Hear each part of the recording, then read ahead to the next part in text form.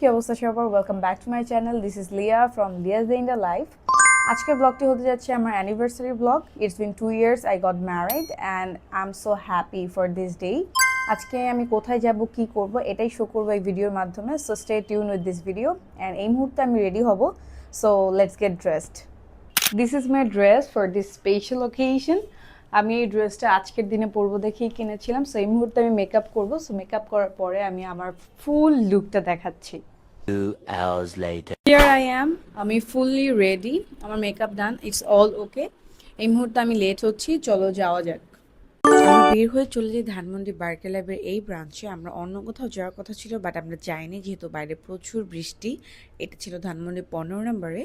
Here I am. আমার অ্যাম্বিয়েন্সটা খুবই ভালো লেগেছে, 10 out of 10। অ্যান্ড আমি যখনই ভিডিও করার জন্য মিরর পাই আমি করে ফেলি। কথা বলছিল, ও ভিডিওতে দেখছিল যে কি আসছে কিনা। তো আমরা এখানে আসার পরে কিছুক্ষণ পরে আমরা খাবারটা অর্ডার করে ফেলি। দেন আমাদেরকে বলেছিল 20 মিনিটসের মতো লাগবে। তো কি করবো 20 মিনিটস, আমি আমার মতো ভিডিও শর্ট নিচ্ছি। এর মধ্যে মনে হয় ফাহিম ভাই আমাকে এমন কিছু একটা বলছে। I was like, what you are saying? Wait a minute. Who are you? মানে ওরা এত ফালতু ফালতু কথা বলতে পারে যেটা শুনলে লিটারেলি মেজাজটা খারাপ হয়ে যাবে। যাই হোক, আমি মেজাজটাকে ঠিক করে আবার কথার পাত্তা দিলাম না।